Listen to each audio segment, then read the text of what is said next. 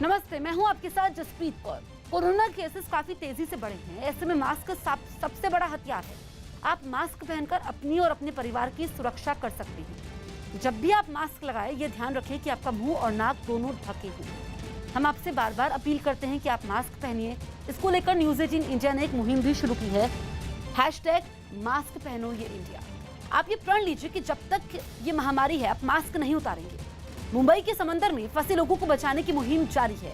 वहां अभी भी 78 लोग फंसे हुए हैं, जिन्हें सुरक्षित निकालने के लिए नौसेना का मिशन जारी है। वहां फंसे 4 में एक जहाज में 261 लोग थे, जिनमें 183 लोगों को सुरक्षित बचा लिया गया। लेकिन उसके बाद पूरी तरह डूब जाने के बाद जहाज के 78 लोग लाइफ जैकेट के सहारे पानी में अपनी जिंदगी बचाने की जंग लड़ रहे हैं। इन 78 लोगों को बचाने के अभियान के लिए नौसेना ने अपने 3 और जहाजों को तैनात किया है। INS कोची और INS कोलकाता के अलावा INS ब्यास, INS बेतवा और INS तेग को राहत बचाव के लिए तैनात किया गया। भारतीय नौसेना के हेलीकॉप्टर और लंबी दूरी के टोही विमान PHI भी लगातार राहत बचाव के काम में जुटे हुए हैं। इससे पहले जहां ताउते तूफान की वजह से समंदर में अलग अलग जगहों पर 4 छोटे जहाजों में 707 लोग फंस गए थे, जिनमें 629 लोगों को सुरक्षित निकाल लिया गया था। इस समय हमारे साथ उस बास के कैप्टन हैं, उनसे बात करते हैं कि आखिरकार हुआ कैसे था, कितना टफ सिचुएशन उन्होंने फेस किया। रेबोलो जी हमारे साथ हैं। 16 तारीख इवनिंग में हमने आके 4 एंकर डाला था। उसके बाद में साइक्लोन आया, जिधर हमने एंकर डाला था वही लोकेशन में ज़्यादा इफेक्टेड हो गया और अपना पहला 3 एंकर तोड़ दिया। बाद में मैंने और एक एंकर डाला, वो भी 10 मिनट का अंदर वो भी तोड़ दिया और बाद में मूवमेंट होने लगा। मैंने बोला अब कैसा भी करके हमको निकालने का। 3 दिन हो गया, हम लोग खाना पीना खाया नहीं, कुछ किया नहीं। ब्लैकआउट है वेसल और पानी भरता है, तो और दूसरा कुछ हो सकता है।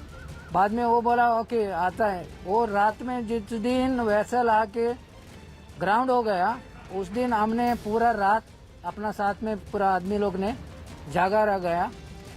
हरियाणा के मेवात से हैरान करने वाली तस्वीरें सामने आईं, जहां एक लड़के की हत्या के बाद गुस्साए लोगों ने सड़क जाम कर पुलिस पर पथराव कर दिया, जिसके बाद हंगामा कर रहे लोगों पर सख्त कार्रवाई की गई, क्योंकि उन लोगों ने मेवात की सड़कों पर तांडव मचा दिया। पहले तो उन्होंने कुंडली मानेसर पलवल एक्सप्रेसवे को जैम करने की कोशिश की, लेकिन जब पुलिस ने उन्हें खदेड़ना शुरू किया तो वो लोग पुलिस पर ही पत्थर बरसाने लगे। इसके बाद तो पुलिस वालों का भी पारा चढ़ गया। उन्होंने हंगामा कर रहे लोगों को काफी दूर तक दौड़ाया। उन्हें डराने के लिए हवा में कई गोलियां भी चलाईं। पुलिस के डर से लोग गलियों में इधर उधर छिपने लगे, लेकिन उनकी ये तरकीब भी काम नहीं आई। पुलिस वालों ने उन्हें ढूंढ ढूंढ कर बाहर निकाला और कई लोगों को तो गिरफ्तार भी कर लिया। इतना ही नहीं, सड़कों पर हंगामा करने वालों की मोटरसाइकिलें भी जब्त कर ली गईं। मामले की गंभीरता को देखते हुए पुलिस के बड़े अधिकारी और इलाके के विधायक आफ्ताब अहमद भी थाने पहुंच गए। पुलिस ने इस हत्या के लिए पुरानी रंजिश को जिम्मेदार ठहराया। दोनों पक्षों का रंजिश पहले से चली आ रही है। खबर है कि इस मामले में 14 लोगों के खिलाफ केस दर्ज करते हुए पुलिस ने हत्या के 6 आरोपियों को गिरफ्तार भी कर लिया। दिल्ली हाईकोर्ट ने मंगलवार को सुनवाई के समय केंद्र सरकार के अधिकारियों को फटकार लगाई और यहां तक टिप्पणी कर दी कि भगवान इस देश को बचाए। आगे जज ने यह भी कहा कि जब सरकार के पास टीके की लाखों डोज लेने का मौका है, तब भी कोई दिमाग नहीं लगा रहा। कोर्ट ने नसीहत दी कि सरकार को इसे अवसर के तौर पर अपनाना चाहिए, वरना मौत होती रहेगी, क्योंकि हर दिन अदालतें नाराजगी जता रही हैं, फिर भी वो जाग नहीं रही है। दिल्ली हाईकोर्ट के जज यही नहीं रुके और आगे ये टिप्पणी की कि कोरोना ने एक भी परिवार को नहीं बख्शा, फिर भी केंद्र सरकार के अधिकारी जमीनी हकीकत से बेखबर अपनी आरामगाह में रह रहे हैं।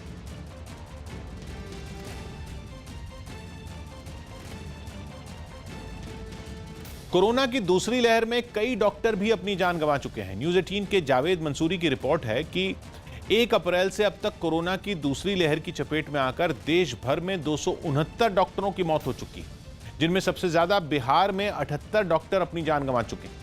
बिहार के अलावा तमिलनाडु, केरल और दिल्ली समेत कई राज्यों में कोरोना की वजह से डॉक्टरों को अपनी जान गंवानी पड़ी। इंडियन मेडिकल एसोसिएशन ने बताया कि कोरोना की वजह से जिन डॉक्टरों की मौत हुई, उनमें कुछ ऐसे भी थे जो वैक्सीन लगवा चुके थे।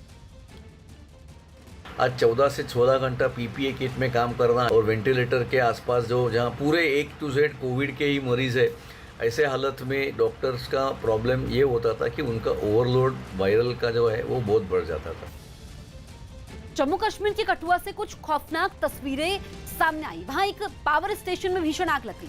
बताया गया कि यह आग शॉर्ट सर्किट की वजह से लगी, जिसने पूरे पावर स्टेशन को कुछ ही देर में अपनी जद में लिया। रात के अंधेरे में वहां से ऊंची ऊंची लपटें उठने लगी, जिन्होंने उस पावर स्टेशन को स्वाहा कर दिया।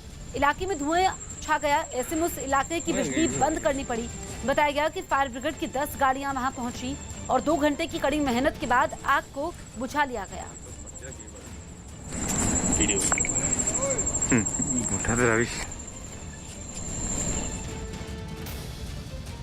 उत्तर प्रदेश के अलीगढ़ से चौंकाने वाली तस्वीरें सामने आई। वहां अवैध शराब के कारोबारी को पकड़ने पहुंची पुलिस पर गांव वालों ने हमला कर दिया। पुलिस को वहां अवैध शराब की तस्करी की जानकारी मिली थी, लेकिन जब पुलिस छापेमारी के लिए वहां पहुंची तो इलाके के लोग पुलिस वालों पर ही टूट पड़े। आरोपियों को पकड़ने पहुंचे पुलिस वालों के साथ जमकर हाथापाई की गई।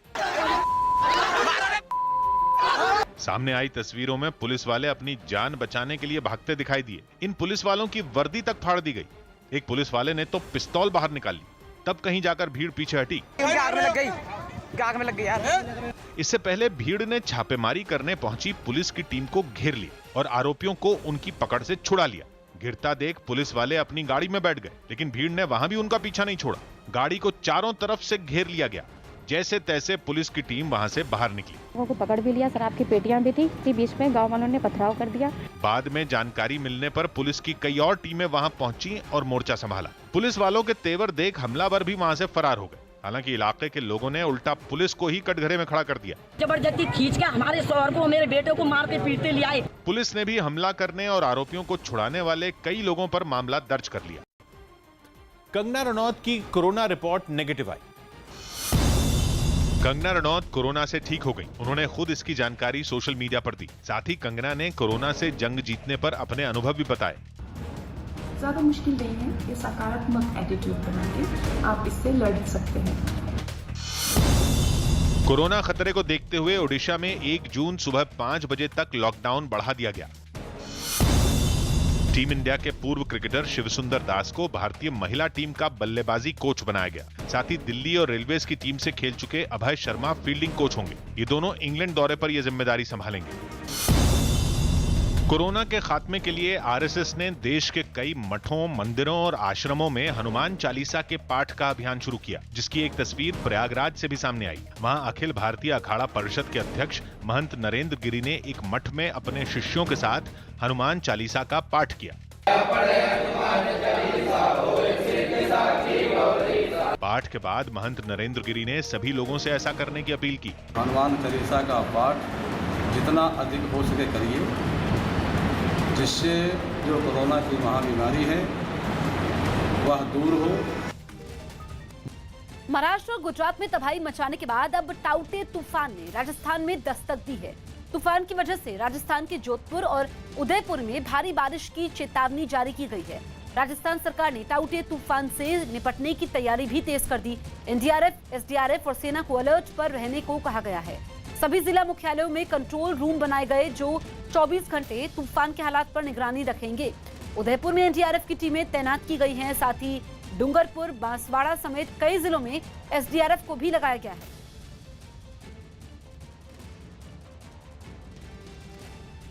राजस्थान के 12 जिले में टाउटे तूफान की वजह से 2 दिनों से भारी बारिश हो रही है। तेज हवा के साथ ही हो रही बारिश में कई जगह ओले भी गिरते देखे गए। बताया गया कि 12 जिले के कई हिस्सों में 2 दिनों से रुक-रुक कर तेज बारिश हो रही है। तेज बारिश की वजह से सड़कों पर पानी जमा हो गया है। साथ ही कई हिस्सों में खेत भी पूरी तरह डूबे दिखाई दिए। अमेरिका के आयोवा से दिल दहला देने वाली तस्वीरें सामने आई, जहां एक ट्रेन पटरी से उतरने के बाद भीषण आग की चपेट में आ गई। ट्रेन के कुछ डिब्बों में आसानी से आग पकड़ने वाला सामान रखा था, जिसमें हादसे के बाद आग लग गई, जिसके बाद कुछ डिब्बे तेजी से जलते नजर आए।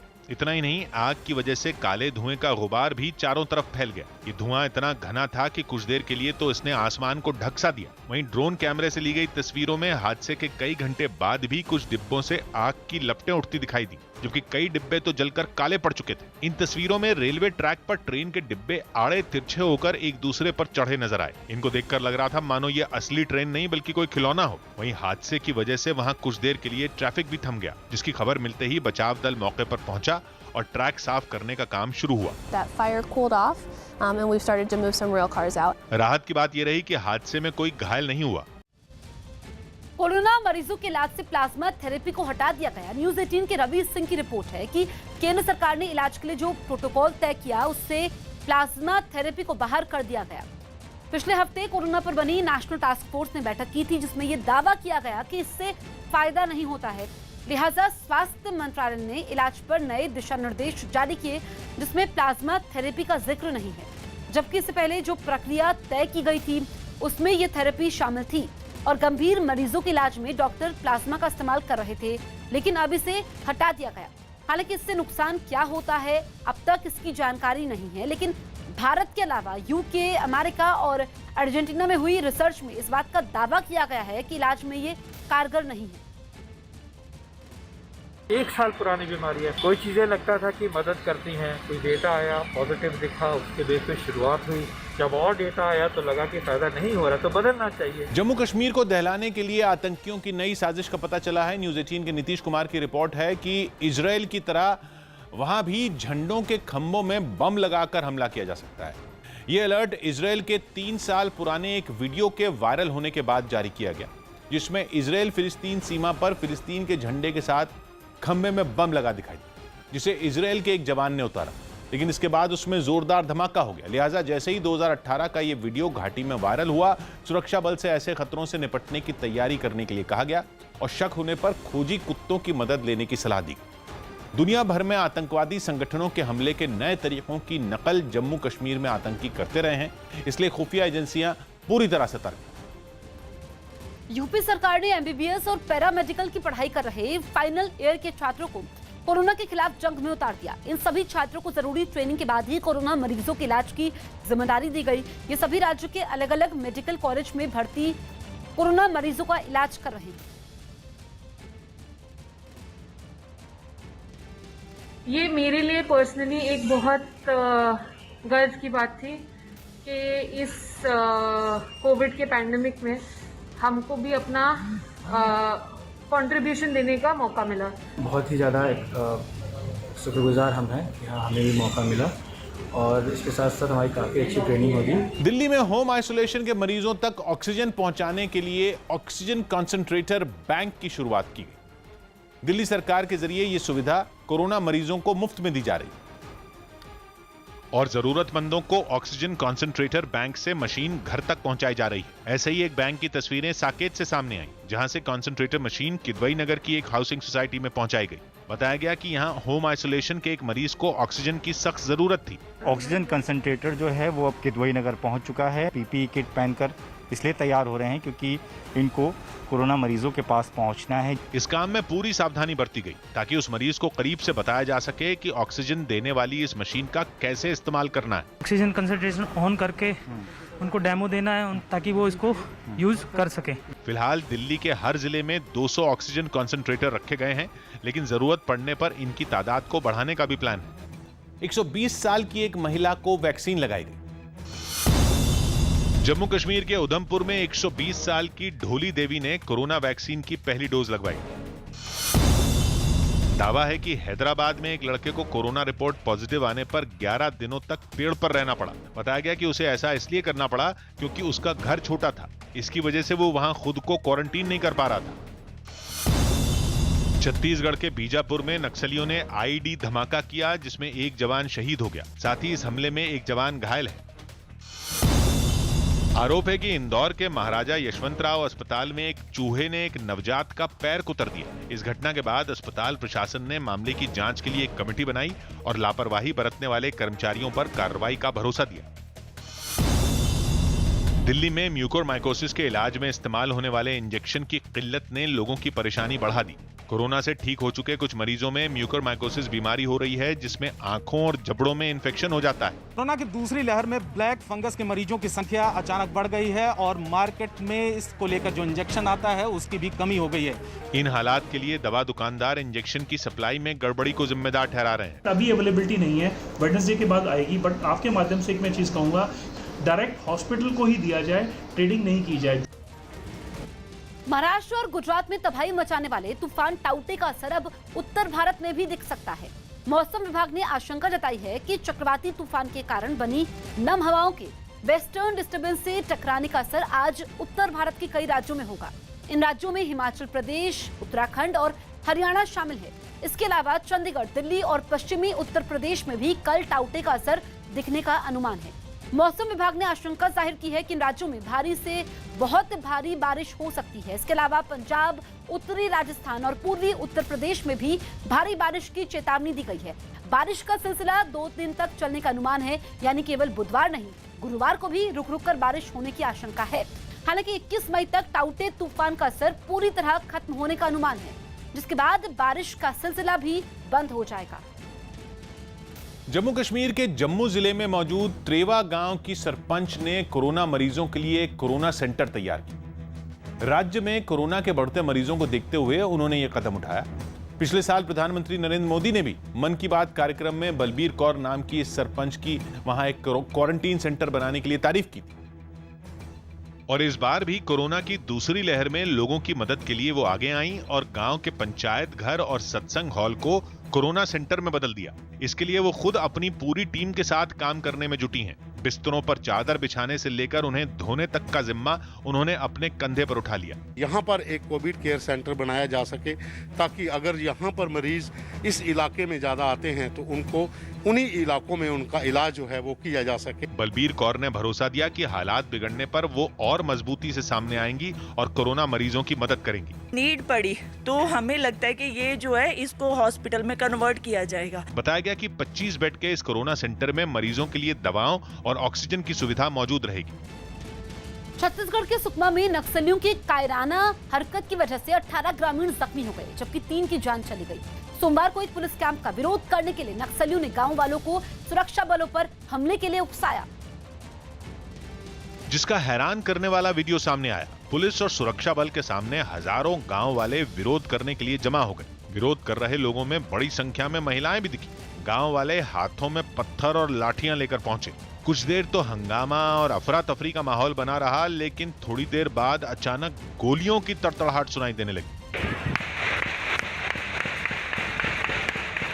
जानकारी के मुताबिक नक्सलियों ने गांव वालों को ढाल की तरह इस्तेमाल किया। गांव वालों की भीड़ में छिपे नक्सलियों ने सुरक्षा बल के जवानों पर गोलियां चला दी। आरोप है कि नक्सलियों ने पुलिस कैंप को जलाने की कोशिश भी की, जो कामयाब नहीं हो पाई। आग वाली जगह से कुछ छोटे रॉकेट भी बरामद हुए। घंटों बाद जब भीड़ छटी तो कई गांव वाले बुरी तरह जख्मी हो चुके थे। कुछ ग्रामीणों को गोली लगी और कुछ को पत्थर लगे। हालांकि गांव वालों ने आरोप लगाया कि पुलिस की तरफ से भी बल का प्रयोग किया गया। अमेरिका के शिकागो से हैरान करने वाली तस्वीरें सामने आईं, जहां एक इमारत पर फंसे तोते को दमकल कर्मियों की मदद से बचाया गया। बताया गया कि अपने पालतू तोते के लिए परेशान मालिक ने वहां से गुजर रही दमकल की गाड़ी को रोककर मदद मांगी, क्योंकि उसका तोता इमारत की ऊपरी मंजिल पर एक खिड़की के आगे बने संकरे से चबूतरे पर जाकर बैठ गया था। ऐसे में नीचे खड़े इंसानों का बिना सीढ़ी के उतनी ऊंचाई तक पहुंच पाना मुश्किल था, जिसके बाद वहां पहुंचे दमकल कर्मी ने मदद का हाथ बढ़ाया और उसने एक लंबे से डंडे के एक सिरे को ऊपर तोते के करीब पहुंचाया। इस बीच वहां मौजूद लोग एकटक इस अजब गजब रेस्क्यू ऑपरेशन को देखते रहे और अपने अपने कैमरे में ये तमाशा रिकॉर्ड करते रहे। काफी देर की जद्दोजहद के बाद आखिरकार तोता डंडे के उस सिरे पर चढ़कर बैठ गया। ये देखकर वहां इकट्ठा भीड़ खुशी से तालियां बजाती नजर आई और इसी के साथ तोते को सुरक्षित नीचे उतार लिया गया। पीएम नरेंद्र मोदी ने देश के जिलों में तैनात जिलाधिकारियों को कोरोना से लड़ाई का कमांडर बताया। उन्होंने वीडियो कॉन्फ्रेंसिंग के जरिए अधिकारियों से बात की और कोरोना पर काबू पाने के लिए टेस्टिंग, ट्रैकिंग और ट्रीटमेंट पर फोकस करने की सलाह दी। आप एक तरह से इस युद्ध के फील्ड कमांडर हैं। जैसा कि किसी भी युद्ध में होता है, फील्ड कमांडर बड़ी योजना को मूर्त रूप देता है, जमीन पर उस लड़ाई को लड़ता है, परिस्थिति के अनुसार निर्णय लेता है। दिल्ली के छतरपुर में सरदार पटेल कोविड सेंटर में बंदरों से निपटने के लिए लंगूर के कटआउट का सहारा लिया जाता है। न्यूज 18 के नीतीश कुमार की रिपोर्ट है कि इस सेंटर की सुरक्षा में तैनात आईटीबीपी के जवानों ने अलग अलग एक्शन में लंगूर के 10 कटआउट लगवाए और रोजाना उन्हें अलग अलग जगहों पर रखा गया ताकि बंदरों का झुंड कटआउट को असली लंगूर मानकर यहां दोबारा ना आए। ऐसा इसलिए किया गया क्योंकि वहां मौजूद बंदर पीपीई किट पहने डॉक्टरों और स्वास्थ्य कर्मचारियों पर कई बार हमला कर चुके हैं, जिससे पूरे कोविड सेंटर में खौफ का माहौल था और वहां भर्ती मरीज भी उनसे डरे हुए थे। बताया गया कि कटआउट लगने के बाद बंदरों का वहां जाना कम हो गया, जिससे लोगों ने राहत की सांस ली। माना जाता है कि बंदर लंगूर से डरते हैं और इसलिए आईटीबीपी ने यह कदम उठाया। पश्चिम बंगाल के सिलीगुड़ी से डराने वाली कुछ तस्वीरें सामने आई। वहां एक तेंदुआ रिहायशी इलाके में घुस गया, जिस पर मुश्किल से वन विभाग की टीम ने काबू पाया। इस तेंदुए के हमले में 5 लोग गंभीर रूप से जख्मी भी हो गए। लेकिन एक मकान में घुसे इस तेंदुए को जाल में फंसाकर वन विभाग के कुछ कर्मचारियों ने पकड़ लिया। तेंदुए को जब गाड़ी में बैठाने की कोशिश की जा रही थी, तब वहां इलाके के कई लोग इकट्ठा हो गए, लेकिन वो वहां से भागने के लिए हर मुमकिन कोशिश करता रहा। आखिरकार वन विभाग की टीम ने तेंदुए को गाड़ी में बिठा लिया और वहां से उसे ले गए। इससे पहले की तस्वीरों में वो तेंदुआ एक मकान में घुसा दिखा, जिसे देखते ही वहां रहने वाले लोगों के हाथ पांव फूल गए और उनमें दहशत फैल गई। उत्तर प्रदेश के मथुरा के एक गांव ने कोरोना से लड़ाई में अनोखी मिसाल पेश की। एक तरफ जहां कोरोना के गांव में तेजी से फैलने के दावे हैं, वहीं इस गांव में अब तक कोरोना का एक भी मरीज नहीं मिला, क्योंकि यहां के लोग अपनी जागरूकता से इस महामारी को मात देने में कामयाब हुए हैं। सामने आई तस्वीरों में कुछ लोग गांव के अंदर दवा का छिड़काव करते दिखाई दिए। बताया गया कि वहां रोजाना दवा का छिड़काव होता है। इसके अलावा बाहर से आने वालों को भी मास्क लगाने और हाथ सैनिटाइज करने के बाद ही गांव के अंदर घुसने दिया जाता है। गांव में कोई पेशेंट ही नहीं हुआ, क्योंकि गाइडलाइन का उपयोग हो रहा है और सैनिटाइज किया जा रहा है। इसी तरह गांव की महिलाएं, बच्चे और बुजुर्ग भी मास्क लगाकर ही बाहर आते जाते दिखे। बताया गया कि गांव में कोरोना नियमों का सख्ती से पालन कराया जाता है। प्रशासन भी गांव वालों की जागरूकता की तारीफ करता नजर आया। वो मास्क पहनना है, साफ सफाई रखनी है, ये प्राइमरी चीज है उसको इन्फेक्शन से प्रिवेंट करने के लिए। खबर है कि करीब 9000 की आबादी वाले इस गांव में अभी तक कोई भी कोरोना की चपेट में नहीं आया है। पंजाब में ऐसे गांवों को इनाम मिलेगा जहां सभी लोग टीका लगवा चुके हों। पंजाब के सीएम अमरिंदर सिंह ने कोरोना से निपटने के लिए एक अभियान की शुरुआत की। इस अभियान के तहत उन गांवों को विकास के लिए 10 लाख रुपए दिए जाएंगे जहां सभी लोग कोरोना का टीका लगवा चुके होंगे। दिल्ली हाईकोर्ट ने एनसीटी यानी राष्ट्रीय राजधानी क्षेत्र संशोधन एक्ट को रद्द करने की मांग पर सुनवाई की। इसके बाद अदालत ने केंद्र सरकार और उपराज्यपाल को नोटिस जारी कर इस पर जवाब मांगा। इस एक्ट को केंद्रीय गृह मंत्रालय ने 27 अप्रैल से लागू कर दिया है, जिसमें उपराज्यपाल को पहले से ज्यादा अधिकार दिए गए हैं। राजस्थान में सचिन पायलट गुट के विधायक हेमाराम चौधरी ने अपने पद से इस्तीफा दे दिया। उन्होंने विधानसभा अध्यक्ष को अपना इस्तीफा भेजा। हैदराबाद के अलावा यूपी के बुलंदशहर में भी अगले महीने से भारत बायोटेक की कोवैक्सीन का उत्पादन शुरू हो जाएगा। बुलंदशहर में इस वैक्सीन को Bharat Immunologicals and biologicals corporation limited नाम की कंपनी बनाएगी। कोवैक्सीन बनाने के लिए इस कंपनी का भारत बायोटेक के साथ करार हो चुका है। हमारे जो साइंटिस्ट हैं भारत बायोटेक के साइंटिस्टों के साथ टच में हैं कि हमें यहाँ पर किस तरीके से उसका खाचा तैयार किया जा रहा है। बताया गया कि देश में बनने वाली पोलियो वैक्सीन का 60% उत्पादन इसी कंपनी में होता है और बहुत जल्द इसके प्लांट में कोवैक्सीन भी बनने लगेगी। कोवैक्सीन का जब प्रोडक्शन इस बिपकॉल कंपनी में होगा तो 1 साल में 12 करोड़ लोगों को यह कंपनी कोवैक्सीन देगी। यूपी के बलिया में नदी किनारे एक शव का अंतिम संस्कार टायर जलाकर करने की खबर आई, जिसके बाद वहां मौजूद रहे 5 पुलिस वालों को निलंबित कर दिया गया। 5 दोषी आरक्षियों को हमने निलंबित किया है।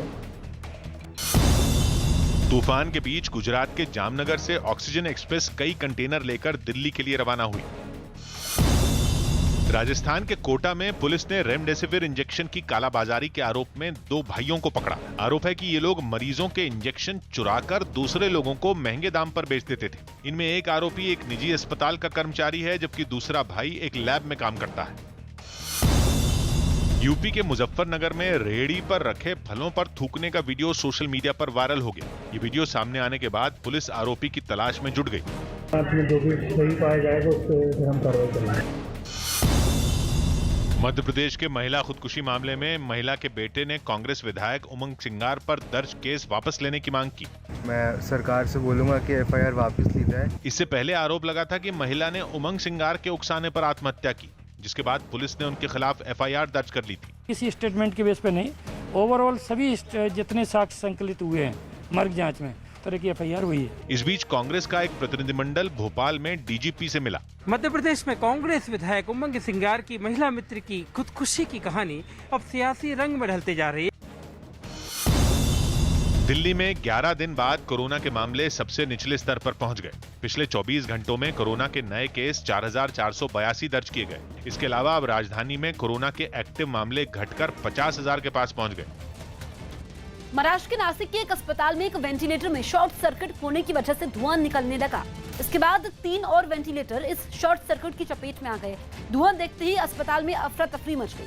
जहां यह हादसा हुआ वहां कोरोना के मरीज भर्ती थे, जिन्हें आनन फानन में ऑक्सीजन सपोर्ट पर दूसरी जगह ले जाया गया। अस्पताल प्रशासन ने दावा किया कि जल्द ही चारों वेंटिलेटर ठीक कर लिए गए और कोई बड़ा नुकसान नहीं हुआ। आईसीयू वहाँ पे एक वेंटिलेटर में शॉर्ट सर्किट के कारण से थोड़ा सा उसमें से धुआं निकला था। उसके बाद उसके वो लाइन में जो 3 वेंटिलेटर थे वो थोड़ी देर के लिए बंद हो गए थे, लेकिन अपने वहाँ पे जो आईसीयू में डॉक्टर्स और स्टाफ है उन्होंने सब पेशेंट्स को इमीडिएटली ऑक्सीजन पे लेके सब पेशेंट्स स्टेबलाइज किए हैं और अभी चारों वेंटिलेटर शुरू हो गए हैं। मुंबई के बांद्रा वेस्ट इलाके में बिजली पानी का कनेक्शन काटे जाने से भड़के लोग सीएम के आवास के सामने धरने पर बैठ गए। इस जगह को खाली करने के बीएमसी इन लोगों को काफी पहले ही नोटिस दे चुकी थी, लेकिन ऐसा नहीं होने पर बीएमसी के कर्मचारियों ने वहां के करीब 60 घरों के बिजली और पानी का कनेक्शन काट दिया। सामने आई तस्वीरों में बीएमसी के कर्मचारी पानी की पाइपलाइन तोड़ते दिखाई दिए। वहां रहने वाले लोगों ने उनकी इस कार्रवाई का विरोध भी किया, लेकिन कर्मचारियों ने एक नहीं सुनी। लेकिन बीएमसी की इस कार्रवाई से लोग भड़क गए और मार्च निकालते हुए सीएम आवास की तरफ बढ़ने लगे। ये लोग सीएम उद्धव ठाकरे के आवास मातोश्री के बाहर पहुंच गए और धरने पर बैठ गए। लोगों के गुस्से को देखते हुए वहां सुरक्षा बढ़ा दी गई। सामने आई तस्वीरों में बड़ी तादाद में पुलिस के जवान मातोश्री के बाहर तैनात नजर आए। केजरीवाल सरकार ने कोरोना से जान गंवाने वाले लोगों के घर वालों को राहत देने के लिए फ्री में राशन और बच्चों की पढ़ाई समेत 4 बड़े ऐलान किए। ऐसे हर परिवार को 50-50 हज़ार रुपये का मुआवजा दिया जाएगा। 2,500 रुपये उस परिवार को हर महीने पेंशन दी जाएगी जहां जिनके परिवार में कमाने वाले व्यक्ति की मौत हुई है। कोरोना संकट में स्वास्थ्य सुविधाओं को लेकर इलाहाबाद हाईकोर्ट ने तल्ख टिप्पणी की। न्यूज़ 18 के अजीत सिंह की रिपोर्ट है कि अदालत ने यूपी के छोटे शहरों और गांवों के हालात को राम भरोसे बताया। जज ने यह टिप्पणी मेरठ के मेडिकल कॉलेज से लापता बताए गए 64 साल के एक बुजुर्ग के मामले में, जिनकी अस्पताल के टॉयलेट में गिरकर मौत हो गई थी, लेकिन ड्यूटी पर तैनात डॉक्टरों ने उनके शव की पहचान ही नहीं की। जिस पर हाईकोर्ट ने कहा कि जब मेरठ जैसे शहर का यह हाल है तो छोटे शहरों और गांवों के हालात तो भगवान भरोसे ही। ऐसे में सरकार को इन जगहों पर आईसीयू सुविधा वाली एम्बुलेंस और जांच के लिए लैब की व्यवस्था करने का आदेश दिया गया। साथ ही 5 बड़े शहरों के मेडिकल कॉलेजों को लखनऊ के एसजीपीजीआई अस्पताल जैसी हाईटेक सुविधाएं मुहैया कराने के लिए कहा गया।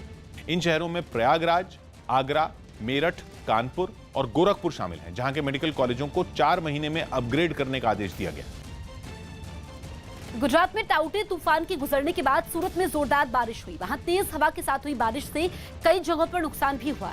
ऐसे ही एक इलाके में कई कुर्सियां और रेहड़ी पलटी हुई दिखाई दी, जबकि कुछ जगह पेड़ की टहनियां टूटकर गिर गई। बारिश की वजह से सड़कों पर सन्नाटा दिखा और ज्यादातर गाड़ियां सड़कों के किनारे खड़ी नजर आई।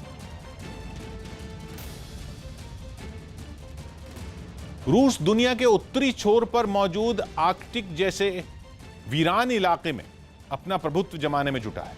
वो वहां अपने बेहद आधुनिक मिलिट्री बेस को तो पहले ही बना चुका है और अब उसकी सेना वहां अपनी पकड़ और मजबूत करने में लगी है। यही वजह रही कि खून जमा देने वाले जिस ठंडे इलाके में दूर दूर तक कोई जीव नजर नहीं आता, वहां रूस की सेना के एंटीशिप मिसाइल सिस्टम दौड़ते दिखे। वीरान इलाके में भी उसके जवान बंदूक ताने मुस्तैद नजर आए। रूस के एयरबेस पर लंबा चौड़ा रनवे भी बना दिखा, जिसके बारे में दावा है कि वहां से हर तरह का विमान उड़ान भर सकता है और हर तरह का विमान वहां उतर सकता है, फिर चाहे वो परमाणु बम फेंकने वाला विमान ही क्यों ना हो। Сопровождали его, была работа, на протяжении 4 часов мы работали по нему. Выдавали всю информацию на вышестоящих. असल में आर्कटिक का इलाका सिर्फ जंग फतह करने के लिहाज से ही अहम नहीं है, बल्कि उसे सोने के अंडे देने वाली मुर्गी भी माना जाता है। अनुमान है कि वहां कच्चे तेल और गैस का अथाह भंडार है। इसीलिए इससे पहले कि अमेरिका, कनाडा और डेनमार्क जैसे देश आर्कटिक में अपनी जड़ें फैलाएं, रूस ही इलाके पर कब्जा जमाने की फिराक में है। पहलवान सुशील कुमार को दिल्ली की रोहिणी कोर्ट से झटका लगा।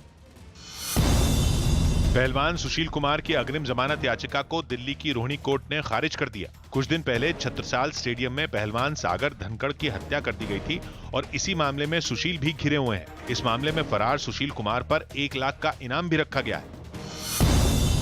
दावा है कि दिल्ली के पास हरियाणा के गुरुग्राम में स्टेडियम में बना कोविड केयर सेंटर अब तक शुरू नहीं हो पाया, जबकि सीएम मनोहर लाल खट्टर इस सेंटर का पहले ही उद्घाटन कर चुके हैं। कहा जा रहा है इस कोविड केयर सेंटर में पूरी सुविधाएं नहीं है और इसके अभी 10 दिन और शुरू होने की उम्मीद नहीं है। यहाँ पेशेंट आ रहे हैं, वो कह रहे हैं हमें एडमिट करो, जबकि यहाँ तो अभी कह रहे हैं कि 10 दिन बाद चालू करेंगे। केरल में पी विजयन सरकार गुरुवार को शपथ लेगी। अनुमान है कि इस शपथ ग्रहण समारोह में 500 मेहमान शामिल हो सकते हैं। इसके खिलाफ हाईकोर्ट के मुख्य न्यायाधीश से शिकायत भी की गई। दक्षिण अफ्रीका के पूर्व बल्लेबाज एबी डिविलियर्स अपना संन्यास वापस नहीं लेंगे। वहां के क्रिकेट बोर्ड ने यह जानकारी दी।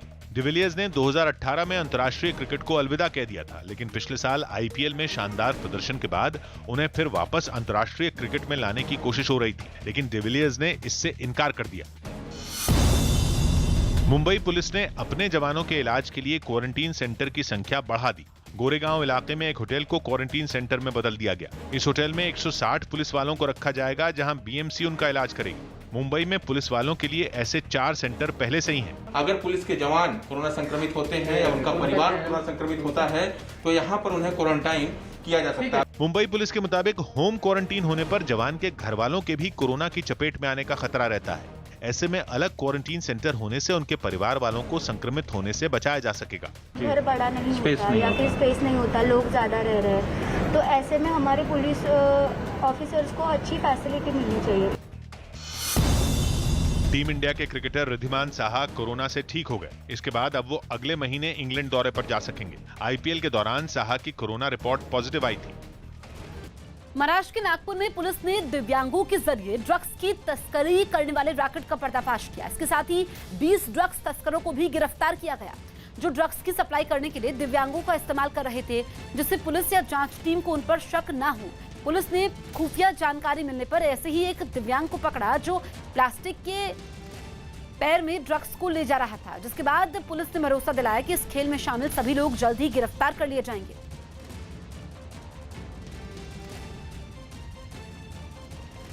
जहाँ भी ऐसे ड्रग्स के छुपे धंधे चल रहे उसके ऊपर हम जरूर कार्रवाई करेंगे। उत्तर प्रदेश के कानपुर में बीजेपी विधायक पर हमले के आरोपियों को उनके समर्थकों ने जमकर पीटा। आरोप है कि 3 लोगों ने बीजेपी विधायक पर उस समय हमला किया जब वो टहल रहे थे।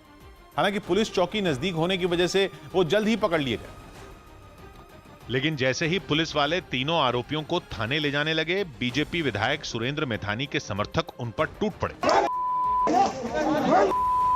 हमले के बाद आरोपियों को कुछ समय पुलिस चौकी में रखा गया, जिसके बाहर विधायक के समर्थक इकट्ठा हो गए और जैसे ही आरोपियों को बाहर लाया गया, वो उन पर थप्पड़ बरसाने लगे। जिसके बाद पुलिस वालों ने उन्हें रोकने की भी कोशिश की, लेकिन वो पुलिस की बात मानने के मूड में नहीं दिखे। उन्हें देखकर ऐसा लगा मानो वो इस बात का इंतजार कर रहे थे कि कब हमला करने वाले आरोपी उनके हाथ लगें और वो उन्हें जी भरकर पीटें, क्योंकि पुलिस वालों के लाख मना करने के बावजूद तीनों आरोपी गुस्से से आग बबूला लोगों के थप्पड़ खाते रहे। नतीजा ये हुआ कि हार मानकर पुलिस वालों को तीनों आरोपियों को चौकी के अंदर भेजना पड़ा, लेकिन विधायक समर्थक फिर भी नहीं माने और नारे लगाते हुए अंदर जाने की कोशिश करते रहे। यही नहीं, पुलिस वालों के रोकने पर वो उन्हीं से भिड़ गए। इससे पहले बीजेपी के जिस विधायक पर हमला हुआ, उन्होंने खुद आपबीती सुनाई। 3 लोग दौड़ते हुए 2-3 लोग आए और उन्होंने यहाँ बम फेंका, तुरंत अर्जेंट पुलिस ने उनको पकड़ लिया। विधायक पर हमले के बाद यह हंगामा घंटों चला और जैसे तैसे आरोपियों को पुलिस चौकी से थाने भेजा गया। दिल्ली के पास यूपी के गाजियाबाद से दिल दहला देने वाला एक वीडियो सामने आया। वहां बीच सड़क पर एक लड़के की पीट कर हत्या कर दी गई। इस घटना का खौफनाक वीडियो सड़क से गुजर रहे कुछ लोगों ने अपने मोबाइल में रिकॉर्ड कर लिया, जिसमें एक लड़का सड़क पर गिरे एक दूसरे लड़के पर डंडों से वार करता दिखा। उसकी अधमरी हालत के बावजूद आरोपी ने उस पर डंडे बरसाना जारी रखा। बीच सड़क पर बेखौफ बदमाश ने जिस तरह इस वारदात को अंजाम दिया, वो लोगों के दिल में डर पैदा करने वाला था। वहां भी ऐसा ही हुआ। इस खौफनाक हमले को देखकर आसपास के लोग वहां से भाग खड़े हुए। कोई भी मदद के लिए आगे नहीं आया। इलाके की पुलिस भी घटना के बाद हरकत में आई। कमल जो कि मौके से भाग गया था, उसको गिरफ्तार कर लिया गया है। बताया गया कि शराब पीने के दौरान पैसों को लेकर उन दोनों के बीच विवाद हुआ था। सिंगापुर में कुछ बच्चों में कोरोना की पुष्टि होने के बाद अरविंद केजरीवाल ने हवाई सेवा पर रोक लगाने की मांग की। न्यूज़ 18 के दीपक रावत की रिपोर्ट है कि सिंगापुर में कोरोना वायरस का नया और खतरनाक वेरिएंट सामने आया, जिसकी चपेट में कुछ बच्चों के आने के बाद सिंगापुर के स्कूलों को बंद कर दिया गया। सिंगापुर में मिला वायरस का यह नया वेरिएंट बच्चों के लिए बेहद खतरनाक बताया जा रहा है, जिसके भारत में तीसरी लहर के रूप में आने की आशंका जताई जा रही है। यही वजह है कि इस खतरे को देखते हुए दिल्ली के मुख्यमंत्री ने सिंगापुर से हवाई सेवा पर रोक की मांग की। साथ ही उन्होंने बच्चों को इस महामारी से बचाने के लिए वैक्सीन के विकल्पों पर ज्यादा जोर देने की अपील भी केंद्र से की, जिसका केंद्रीय मंत्री हरदीप सिंह पुरी ने जवाब देते हुए बताया कि मार्च 2020 से ही अंतर्राष्ट्रीय उड़ानें बंद हैं और सिर्फ वंदे भारत मिशन के तहत फंसे भारतीयों को वापस लाया जा रहा। बच्चों में अगर कोविड विजिबल होता है, बीमारी दिखती है, तो जो करना चाहिए उसका प्रोटोकॉल ऑलरेडी हमारे वेबसाइट पे है। कोवैक्सीन है हमारा वैक्सीन, उसको परमिशन दी गई है कि वो बच्चों में आप ट्रायल आगे लेके जाएं। इस बीच सिंगापुर ने भी इस पर अपना पक्ष रखा। सिंगापुर सरकार ने वहां कोरोना वायरस के नए और खतरनाक वेरिएंट मिलने के दावे को गलत करार दिया। साथ ही इस नए वेरिएंट को बच्चों के लिए बेहद खतरनाक बताने वाली बात को भी नकार दिया।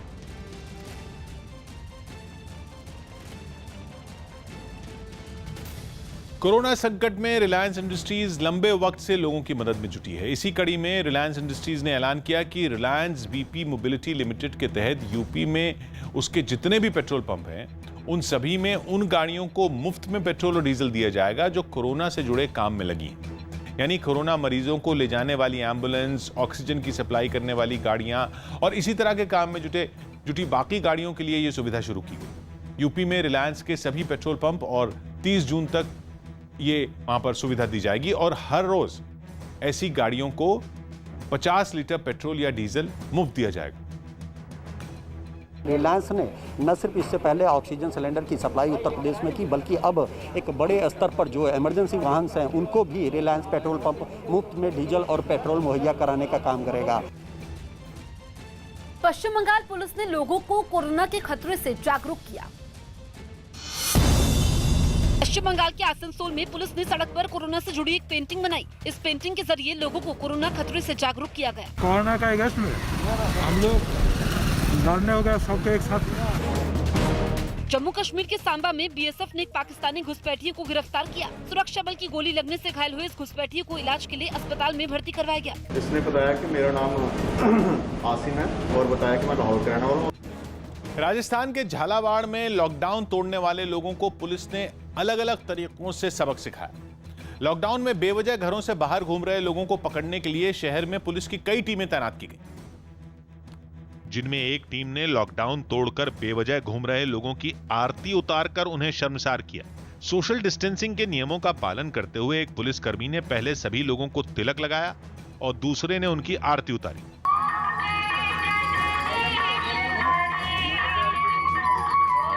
झालावाड़ में ही तैनात पुलिस की दूसरी टीम ने लॉकडाउन में बाहर घूम रहे लोगों को कसरत करवाई। इसी तरह एक इलाके में बेवजह घूम रहे लोगों को अलग तरीके से सजा दी गई। ये गिरना नहीं चाहिए, गिरना दूसरे ऐसे शुरू हो जाएगी फिर। अरे दोबारा पुलिस ने जानकारी दी कि वो कई बार लोगों को समझाने की कोशिश कर चुकी थी, लेकिन कई लोग नियमों को तोड़ने से बाज नहीं आए। हमने सोचा अब क्यों ना इनकी पूजा करके इनको समझाया जाए। बताया गया कि जो कोई भी पुलिस को सड़कों पर घूमता मिला, उसको कसरत करवाने और आरती उतारने के बाद क्वारंटीन सेंटर भेज दिया गया। इजराइल के हवाई हमलों के बीच गाजा पट्टी में एक फैक्ट्री में भीषण आग लग गई, जिससे पहले से खौफ में जी रहे वहां के लोग दहशत में आ गए। यह आग वहां की एक पेंट की फैक्ट्री में लगी, जिससे इलाके में धुएं का काला गुबार छा गया। देखते ही देखते लपटों के साथ उठता काला धुआं पूरे इलाके में फैल गया। आग को फैलने से रोकने के लिए लोग फैक्ट्री के अंदर रखी पेंट की बाल्टियों को बाहर निकालते दिखे। इसके बाद वहां पहुंची दमकल की गाड़ियों ने मोर्चा संभाला, मगर आग को बुझाने में उनके भी पसीने छूट गए। वहां के लोगों ने फैक्ट्री में लगी आग के लिए इजराइल को जिम्मेदार माना। एक हफ्ते से गाजा पट्टी में उलझे फिलिस्तीन के चरमपंथी संगठन हमास और इजराइल के सिर से जंग का भूत उतरने का नाम नहीं ले रहा, लेकिन हजारों मील दूर बसे देशों में इस खून खराबे पर विराम लगाने के लिए लोग सड़कों पर उतरा। यहां तक कि जो अमेरिका इस जंग में अपने पुराने साथी इजराइल के समर्थन में खुलकर उतरा हुआ है, वहां भी फिलिस्तीन को इंसाफ दिलाने की मांग उठ गई। इजराइल के हमलों का विरोध करने के लिए शिकागो में इक्का दुक्का नहीं बल्कि हजारों की भीड़ ने ऐसी बाजुएं चढ़ाई कि फिर सड़क पर लोग ही लोग नजर आए। हाथों में फिलिस्तीन के झंडे लेकर प्रदर्शनकारी शहर में जगह जगह घूमे और नजारा यह हो गया कि अमेरिका की सड़कें फिलिस्तीन के झंडों से पट गईं। गाजा पट्टी से हजारों किलोमीटर दूर दक्षिण अमेरिका के देश अर्जेंटीना में भी सैकड़ों लोगों ने फिलिस्तीन के समर्थन में मोर्चा खोल दिया। राजधानी ब्यूनस आयर्स में प्रदर्शनकारी झंडे बैनर लेकर इजराइल के दूतावास तक निकल पड़े।